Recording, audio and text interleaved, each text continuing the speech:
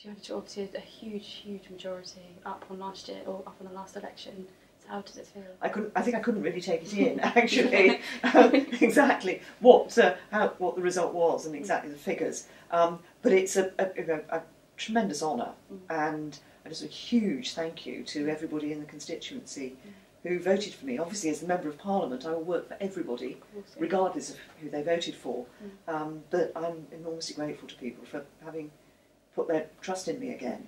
I mean, how was election night for you? Because obviously it's a very long night. I mean, how was it sort of spending all day and then obviously early hours of the next morning? How was it for you? Well, it is quite tiring, and of course I have, with my sort of national responsibilities, I had to go up to town to do some media and then come back to the count.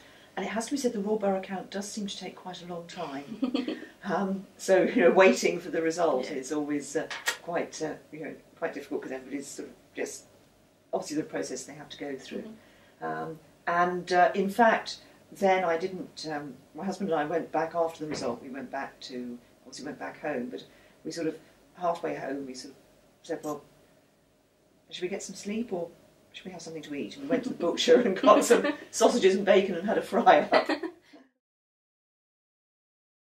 Yes, I mean, in terms of Maidenhead and the constituency, I think there are a number of issues. Some of them are issues that have been around for a while and are moving on, but still need to be dealt with. So obviously there's the town centre. We've got the Michael Shanley Chapel Arches development. We've got the waterways development, which is obviously going ahead, and that's going to make a difference. There are other proposals in the pipeline, but getting the town centre redeveloped, I think, is hugely important for the town. It's such a pity that you hear so many people say we don't really shop in the town, and it could support a significant shopping centre. So we need to make sure that goes ahead. Connectivity has always been important for Maidenhead, and for the whole constituency. So obviously what happens at Maidenhead in terms of trains and in Twyford and the branch lines is important. We're looking forward to electrification. But I've recently just written actually to the Department of Transport, because something has come out which suggests the branch lines might not be electrified within the timescale that we'd expected. So that's one of the issues that I'm going to be pushing on, and just constantly trying to get more trains. And do you think obviously things like Crossrail are going to have an effect as well, because that's going to be coming through the town? Crossrail is going to have an impact. I think it's already having an impact. I already hear stories of people who perhaps are already moving to Maidenhead or thinking of moving to Maidenhead because of Crossrail. I'm very pleased that it's now going to go to terminate in Reading. I've always thought that made more sense for Crossrail, but also, of course, it means that Twyford can now benefit from it. But I've always been very keen to ensure that people have a real choice. So I don't want Maidenhead and Twyford to be left just with a slower stopping service into London, which is what Crossrail will be. It's important we continue to have the choice of the main line, fast services and semi-fast services on the main line. No, I think there will. I'm sure there will still be good scrutiny of the council, because good councillors have been elected who will recognise the important role they have to make sure that the council is making good decisions on behalf of local residents. I think the fact that so many Conservative councillors were returned was a recognition by people of the good work the council has done over the last 4 years. And certainly on the doorsteps, that's what I was hearing. People were happy with what the council had done, the way it was running things, and of course the fact that it had reduced council tax 6 years running. It's not the first time that the issue of what should happen to the Desborough Suite has come up. But I think it is important that there is something. Obviously we have the fantastic facility of Norton Farm, and I know some people are concerned about what might happen, depending on the development of the Desborough Suite, what might then happen to the facilities at Norton Farm. But I think at the moment, if you look at the Desborough Suite, I think it is, in a sense, ripe for something being done to improve the facility for people. I think there is huge scope. I mean, Maidenhead it's a great place to be. It has always been economically very vibrant and dynamic, but I think we can just take it on that step further, if you like. And I think there's real opportunities now. People coming here to set up businesses, providing employment locally, but also if we can get that town centre right and get a vibrancy in the town centre, so that people who live locally actually look to Maidenhead for their town centre and don't go further afield, which is what happens at the moment. I think we can really see the town, as I say, sort of just moving on even a step further. Well, in fact, if you look at the figures over the last, because obviously the police have had to take budget cuts over the last 5 years, and if you look at the figures, the proportion of police officers now on the front line has actually gone up over the last 5 years. And I think that's about chief constables making decisions to protect frontline services, because it's not about the number of officers you have, it's about how you deploy those officers. Looking ahead, of course, we do have to look at policing for the future and make sure that the police have the ability to deal with the issues that arise in the future. Obviously, there are some new things happening, people using cybercrime, often this is just the same old sort of crime, but on a different platform, but it does require different skills to be able to deal with that from a policing point of view. And of course the whole question of child sexual exploitation, child sexual abuse, is one that has become much more significant in terms of the numbers of cases the police are dealing with and the focus that they're putting on it.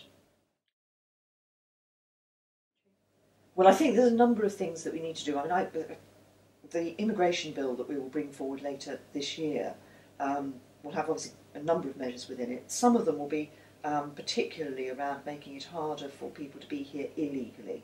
And I think for a lot of people, they are concerned about people who appear to be able to stay in the UK illegally. Partly that will be about things like access to financial services, making it harder to access bank accounts and so forth.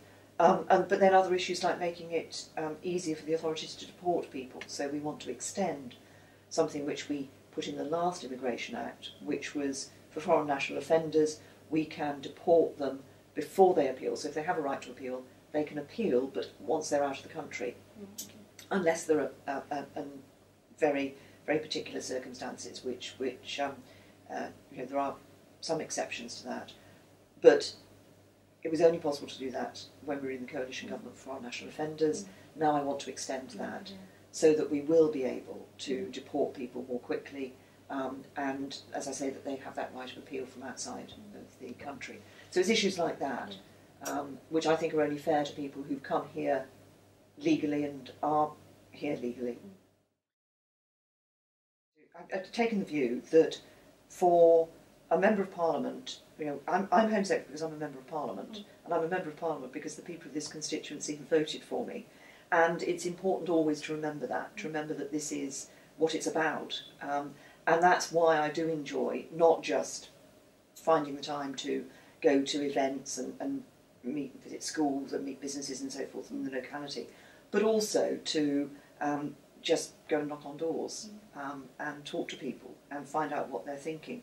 I think that's important because you need to know what the impact of government policy is, what the issues are that people are really concerned about.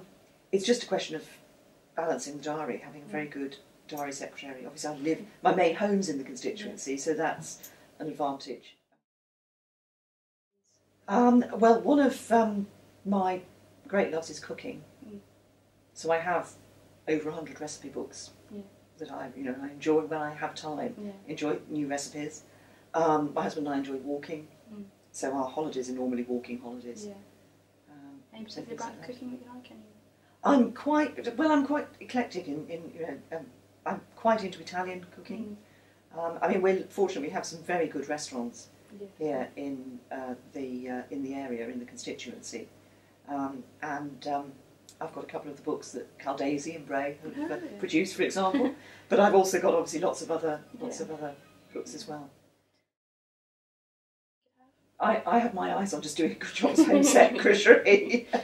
that takes up all the time. That and being the constituency MP, that's what I'm focused on. We've got some very good women coming through in the party. One of the things I'm very proud of in the party is that I was involved in the great move that, David Cameron particularly led to get more women MPs, more women Conservative MPs, so more women being selected, more women being elected as Conservative MPs. And obviously he's brought a number of new women through into ministerial positions now.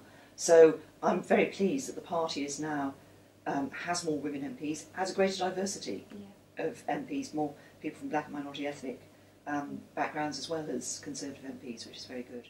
Now we've got more women in, because we have got, I think, the largest number that we've had in Parliament, that it will be possible for people to sort of see women in, as members of Parliament and be inspired to actually see it as something that they want to do. And I do try, when I go into schools, I try and sort of ask often who is interested in politics, is anybody interested in becoming an MP? It's always pleasing when if girls put their hands up and say that's something they want to think about. I never think of myself as a role model. I think that for me it's just about getting on with the job, and hopefully people will see that a woman can do a job like Home Secretary, can be a constituency member of Parliament, and see that as something that they would be interested in doing.